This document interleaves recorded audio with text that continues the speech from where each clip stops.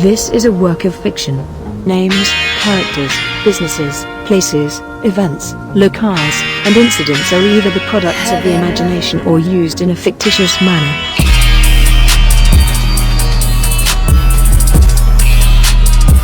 What up, guys? Welcome to another episode of The Purge Bucket. I'm your host, Charles. I'm here with my boy, Harris. And today we have a special guest, comedian Vince Royale. Vince, how you doing?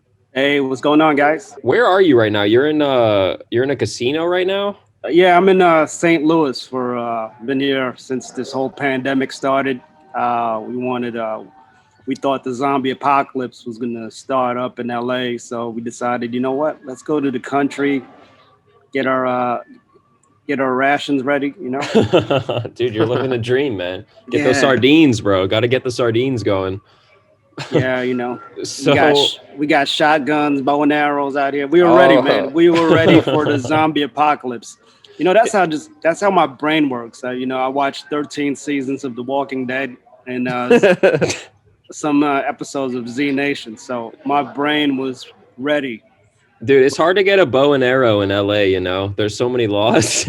It's way easier to get a bow and arrow. Yeah, that's why we said, you know what? Exactly. Missouri was the place to be. It's open carry here, so it's great to see people armed at the gas station.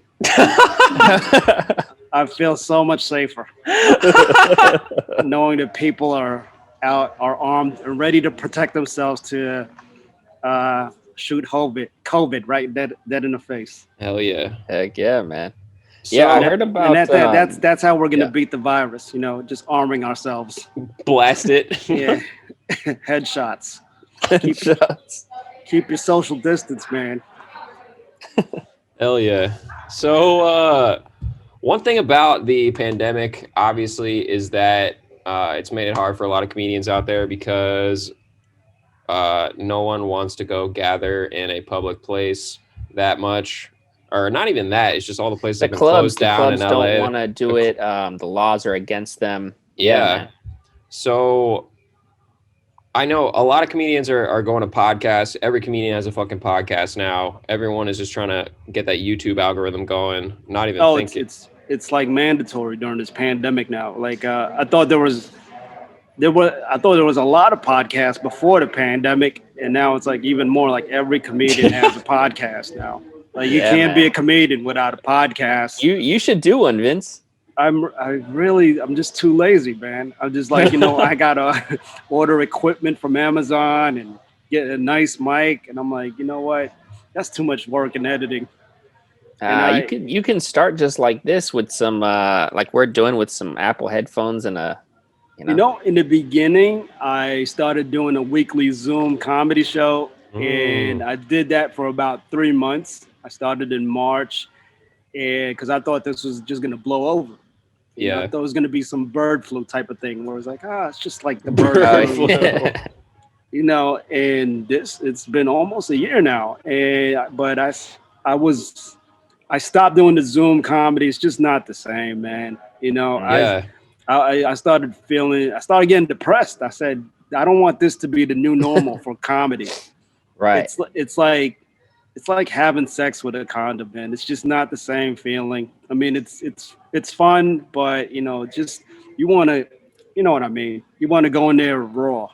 You know, it's like watching a concert on YouTube, basically. Yeah, that's how Zoom comedy feels. Like, it's funny, but it's probably better if I'm there in person. You know. Totally. So, what do you think the new stand-up scene is going to look like?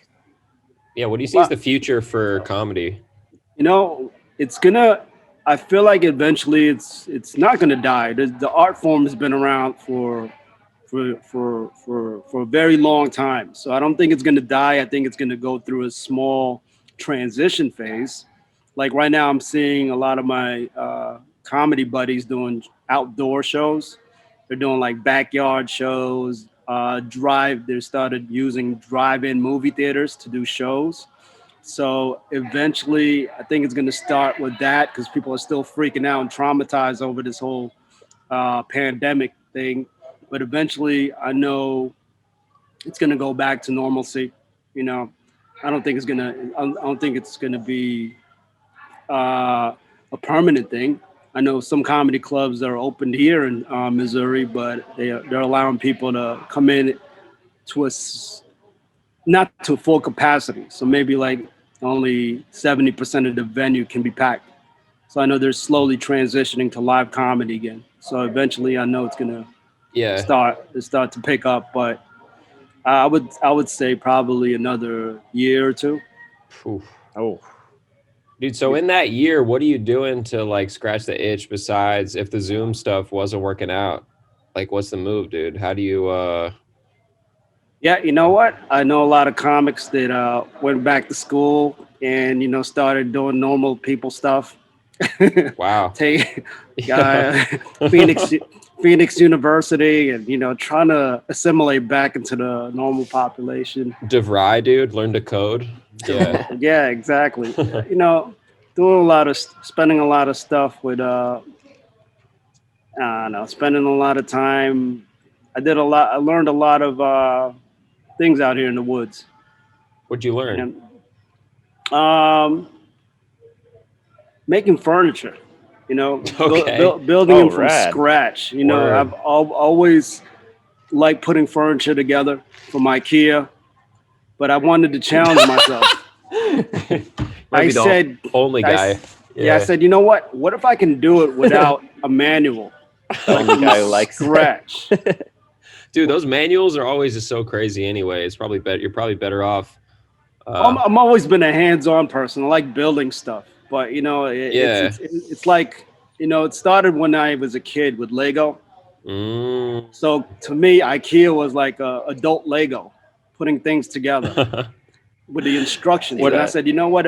What if I can put something together on my own from scratch? Yeah. I just started gathering wood and making pieces of furniture. I haven't finished anything yet, though. Yeah. So what do you like trying to make? Is like a chair, like a table, a cabinetry, woodworking. Yeah. A table, like a coffee table, is probably like the easiest thing right now. You just need like 5 pieces of wood. That's something very basic. Where do you get the wood at? You just going to like Home Depot or something, or you chopping No, it man. down? No, man. I go into the forest, dude. Oh. That's like, you know what? Going to Home Depot, that's cheating. That's like, I wanted to challenge myself. See, I grew up in Jersey and New York. I'm a city kid and I lived in LA for years. Yeah. And I said, I want to really know how it feels to survive during an apocalypse. Because you never know. This is the first wave of corona. What if the fourth or fifth wave, that's when that's when we start to mutate. By then you got a table you can put in front of the door to keep people out, bro. Oh no, that's just the basics. I want to learn how to make like bow and arrows and stuff like that. Oh, fucking weapons, dude! Traps. You can set up traps around your house. Exactly, because at some point, like you're gonna run out of ammunition. You need to go back to the Stone Age, dude. Yeah, hell yeah. Got to get medieval on them. You never know. Like I said, if the comedy scene doesn't return, we might, this might turn into Mad Max. We're gonna need to arm ourselves, and like I said, ammunition is infinite. It's not a video game, man. Yeah, dude. There's no cheat code to have infinite ammunition. You have to be prepared. So, learning to sharpen wood, that's the first step into survival. Would you ever level up from wood into another material like metal or some shit, or is wood kind of what you're looking to do right now? I'm gonna start with wood, but I'm going to metal would probably be the next step. Yeah. Fucking after that, lasers. I think metal is more of a lateral or like sideways movement than an upward. I mean, it's just a different craft. You're working with different tools, but the difficulty can still range at the same levels. Well, maybe it's less malleable, right? Like wood, you can just chop with a fucking axe, whereas metal, you need to heat up the old blowtorch. And, right. Exactly. It's true. And saying that, I would have to learn how to create fire from scratch. That's like a lot of friction. Dude, that's hard for a city slicker, dude. I'm I can't even light a fucking fire, dude. I was out in the country a couple months ago trying to start a fucking campfire, dude. I went through 20 matches, man. This shit's hard, and I'm using matches. Like that's what it's supposed to do. Exactly. Like, You know what? That's what I'm saying. We're so spoiled. for real. Back in the day, people used to it would take them probably 8 hours to make dinner. And, most of the time, you're just trying to light the fire. Yeah. all day to just get the stove going, dude. Exactly. A 5-minute meal. See, nowadays we got microwaves and stoves, but back then it was really, you never know. Like it may go back to those days. Yeah, dude. I mean, back today, you just go to Home Depot, you buy a microwave, you got basically a nuclear reactor that you can just press a button, you get the fucking nuke going. It's radioactively burning up your shit in a minute. Whereas, I mean, before you would have to I don't even know, man. You got to split an atom. You got to get a whole team out in the Nevada desert. You got to fucking, use a whole lot of chemicals and all that stuff. Is there anything you miss about LA at all now that you've left and fled the scene? There's not a lot of vegan options here in Missouri. Like healthy food. Yeah, people think that's everywhere in the country. Like, look at you. You're enjoying a freaking the green juice. Yeah, well, matcha green tea from Starbucks with 2 stevia, no liquid cane sugar. You see that? That's a very LA thing.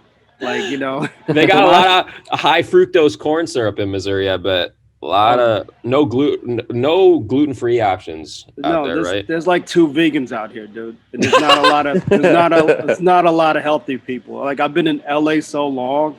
Yeah. And I didn't know how unhealthy the rest of America was. And I was like, wow. Like, this is crazy. Like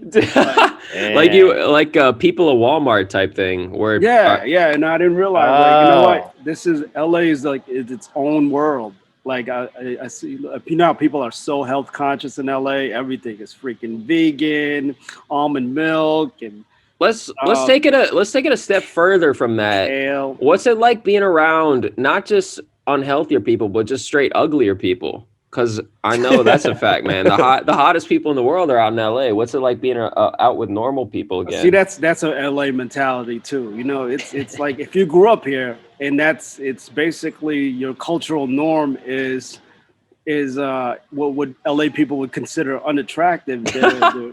They're actually models here. So it's like for me, like. For a female or a guy to be hot, they have to be like less than 100 pounds in LA. Yeah. To be considered hot or attractive. For sure. See, but that was new to me because I grew up in New Jersey and New York.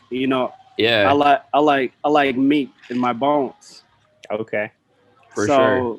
Yeah, so I think it's just a matter of preference. I've always been a face person though. I've never, I've never. Yeah. I don't care about weight. I mean, well, you're in the right place for that. Yeah. Well, dude. So there's a lot of cute faces. Well, there, dude. All right. Doesn't the bright side there. Something nice to look at for sure. So how do you guys know each other? What's your guys' history? Harris, I think, used to be my stalker, and so I remember filing a police report, and he just never listened to maintain his distance. I was like, you know what, screw it, just stalk me, dude. So yeah, we just developed a friendship. That's one way to deal with it, just go on full on, embrace it instead of running away. What? It's like, why am I fighting it? Just let it happen. What a positive outlook. As a matter of fact, I used to look through Vince's window, and I can vouch for him. I was looking through his window. I can vouch for him watching all those zombie movies. Bro, Harris, you were the zombie, dude. It's fucking some guy banging on the window trying to get in. It's Harris outside. I'm quiet, bro. He'd be like, "Who's there?" And it's just winds and crickets. Like how? Exactly. But the great thing about it is like he knew my daily habits. He knew what time I brush my teeth, wash my face, the shows I watch, and which is great because now I don't need a daily planner. Like Harris can literally just tell me what my schedule is. Like, Holy I'm glad you shit. kept track because I forget, you know. He's like your personal calendar. Yeah, I'd Yeah. show up and tell him like, oh, hey, you forgot to do You this. forgot? No. Yeah, as a matter of fact, I used to drive Vince when we lived really close to each other. I would drive him for a while to a couple of stand-up shows here and there. Yeah, Word. no, actually, I'm messing around, but I actually met Harris almost 10 years ago. I used to do gigs in San Francisco back when the Purple Onion was still open. You remember that, Harris?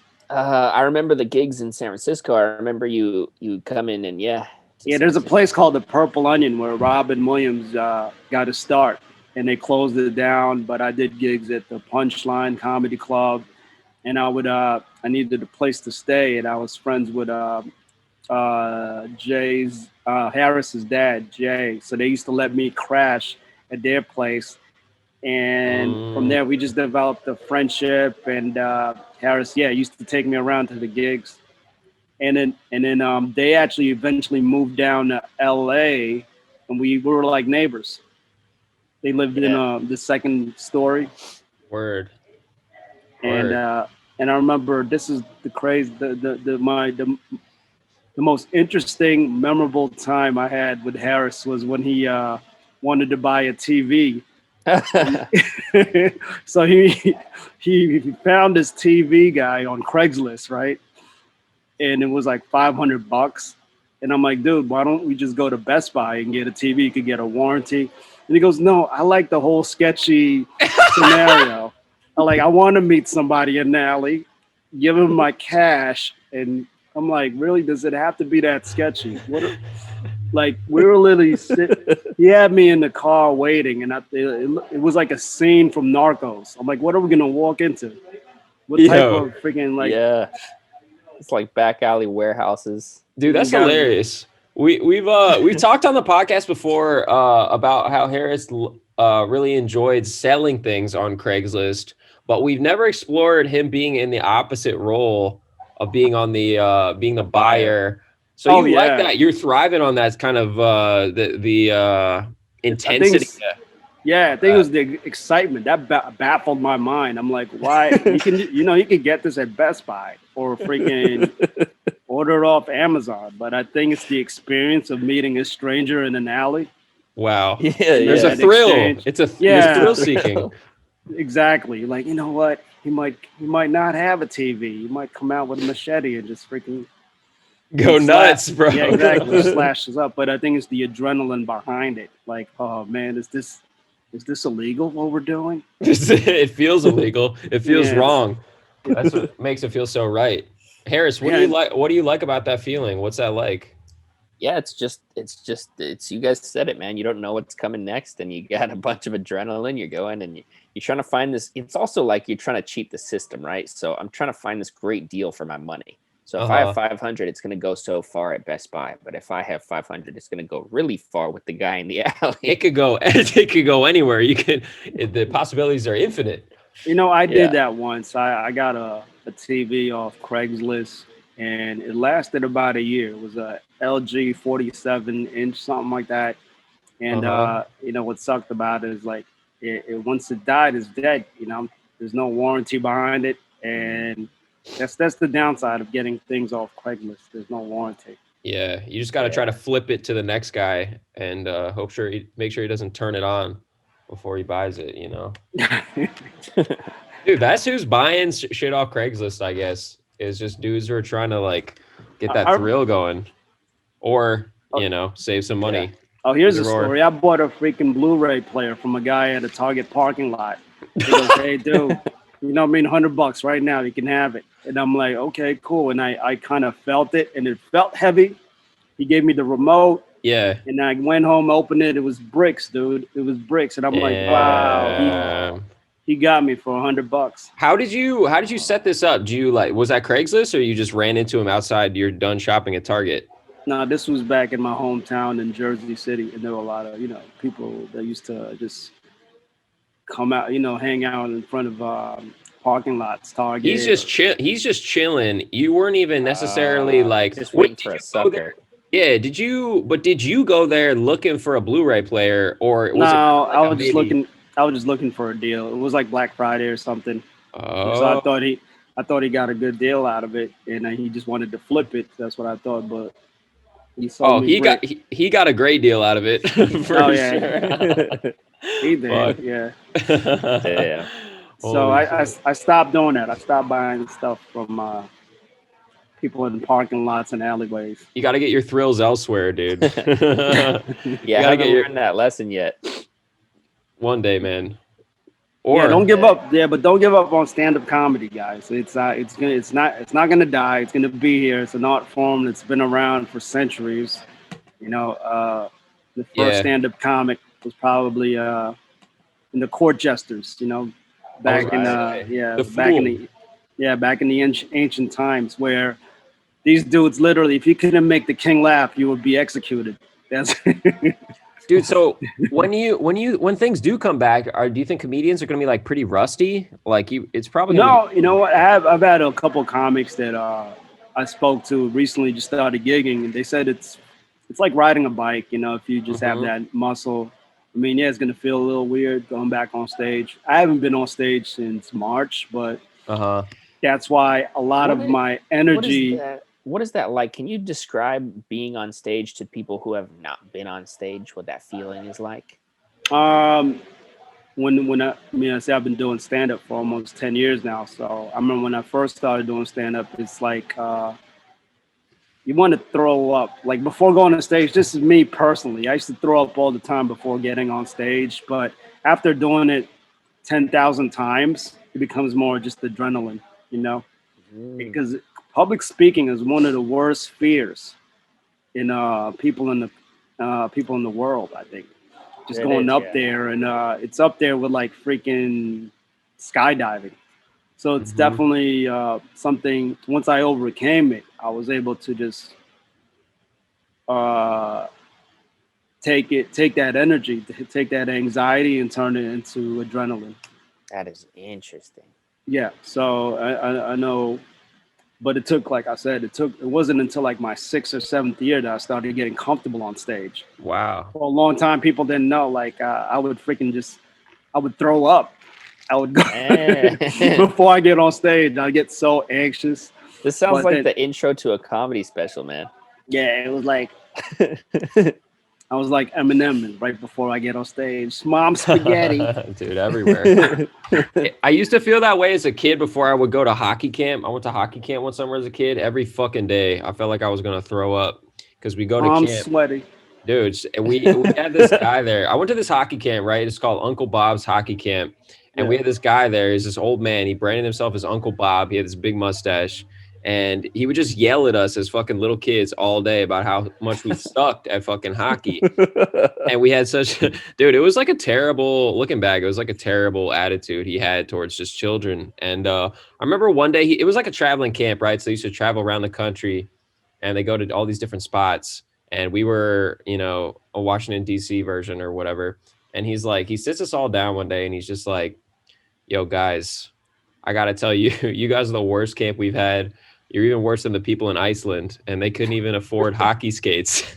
And Wow. for the rest of my life, I've always remembered that moment as just vomit inducing. I played hockey for like 3 games after that camp, and I was done, man. Fucking vomiting sucks, bro. Nausea is the worst fucking feeling, Yeah, man. that's Yeah, crazy but you know that what? It's crazy because the more I fought it, the more I said, you know what? I have this thing in my mind where I just have to get really good and get over it. That's why I said I Yeah, had to do comedy like 10,000 times. I probably, that whole like if you put 10,000 yeah, hours into something, you become an expert. So I figured, yeah, you know what? If I do comedy, I equate like one show as 1 hour. So I said, you know what? If I do it 10,000 times, if I get on stage 10,000 yeah. times, I'll probably get over it. So now it's like natural to me. I just go up on stage and just like I feel at home now. But I remember in the beginning, the first few years, I would just freak out and I would do well. But I knew how to. Like I said, once I'm on stage, it's just adrenaline. How many gigs were you doing a night? Or are you Oh just doing man, it every night or? my first 3 4 years of comedy, I would do about 3 shows, 2 or 3 spots a night, Wow. and 6 to 7 days a week. Because I Wow. remember Wow. bumping into my first year of comedy. I bumped into some veteran comedians, Tommy Davidson from In Living Color. I asked them, "Hey, give me some advice." I met also my early years. I also met Chris Rock. So their thing was just go on stage as much as you can until it's natural, until it's like riding a bike, until it's instinctive. So I said, okay, that's what I'm gonna have to do. I have to just constantly just be on stage, and till it's instinctive. How And much it, of what you're doing up there is pre-written versus like crowd work or improv stuff? for me, it's for myself. It's 50-50. Really? Right. But sometimes I develop bits and stories from just riffing on stage. Mm, So, and then, at first when I go up there, my style is that's how I write and develop materials, just engaging the crowd in conversation. And then I commit it to muscle memory if it's funny. If I'm getting a good response from a particular bit or story I tell or a joke, I commit that to memory. And this is my philosophy on it. If it's funny, I'll remember it.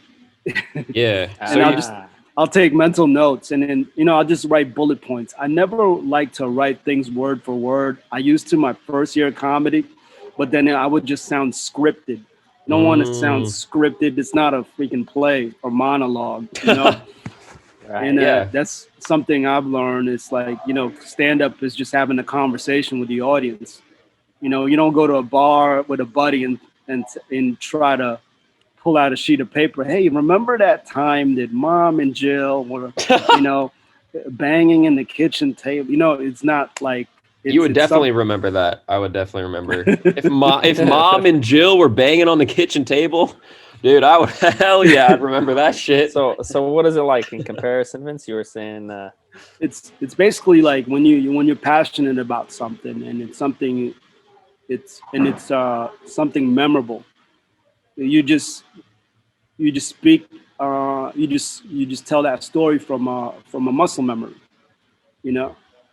It might, and I just remember the bullet points, and I know what triggers the laughter, and those are my punchlines. I know this statement or that word is going to trigger a response of laughter, and then eventually you become a scientist with it.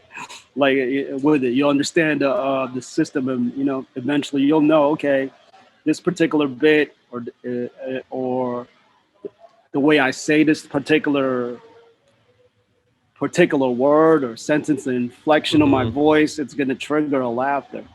But Yeah. that developed after time. But I I stopped writing stories, you know, or everything anything word for word. Now it's just bullet points. I'll have like a set list. So most comics do that now. Eventually, they'll So just remember the bullet points in their minds. So before we go, one thing I want to ask is what are you taking from stand up that you've learned, 10 plus years grinding it out? What are you taking from that and then putting into woodworking, your new hobby? What is there anything that like transfers over skill wise, or what's the parallel there? What's the I'm connection there? it's anything you do over and over, you're gonna get real good at. The more, like I said, it's all about repetition. It's like Yeah. I said, I wasn't, I didn't come from when I before stand up. I wanted to work in the record business. I studied marketing, and it's not something I mean, I had a sense of humor. I knew how to crack jokes, but it's a whole different ball game when you're on stage and trying to make 100, 200 people laugh, or hundreds of people laugh versus a small group of people or one-on-one type of thing. It's a different, there's a different science to it. So I think it's just repetition, you know? The more I cut wood and put things together, I know I'm gonna get good at it. At some point. Like right now, Yeah. I'm starting with a coffee table. But that coffee table, that's gonna turn into a freaking log cabin. Dude, 10 years of making 3 coffee tables a night. I think you'll be all set, man. Exactly, dude. One day I'm gonna build a log cabin. And you'll be like, "How did that start?" I just kept doing it, man. You know, it was instinctive. So I think that's what anything. Just do it constantly. Start with a table, work your way up from there. I think that's a great note to end on. Unless either of you guys got anything else you want to hit before we close out of here. Yeah, this has been awesome, dude. Thank Yeah, you just for coming on. guys, don't give up on live stand-up comedy. It's going to come back. Right now, there's going to be a lot of Zoom shows, of course. People always ask me, hey, do you still do stand-up? Do you still do comedy? Of course, man. Have you looked around, though? There's not a lot of options right now, but I'm pretty sure the world's going to open back up. You know, they'll have some sort of COVID cure, you know, and Absolutely. and Vince, whoever. Vince, before you go too, is there anything you want to plug? Yeah, guys, come to my backyard. We'll social distance and chop wood together. There's and then I'm having a wood cutting contest. I have no upcoming shows, but definitely in 2021, I have a lineup of possible live shows. But definitely just follow me on social media. It's Vince Royale, Royale, Vince Royale. Hell yeah. Well, guy, You know, I'm on freaking Facebook, Twitter, woodcutters.com. out in the woods, you're out there too. Look for him in the woods. We can build a comedy club together, guys. For all my comics that are out there looking for something to do, let's just start a Facebook group and just, meet up, and maybe we could build a comedy club from scratch. Hell yeah. Or just post up at the gas station, strap up and get ready for fucking Armageddon. Whatever works. Absolutely. Well, it was fun, guys. Thank you so much for having me. Just looking forward to this episode. Hell yeah. Absolutely, man. Thanks for being here.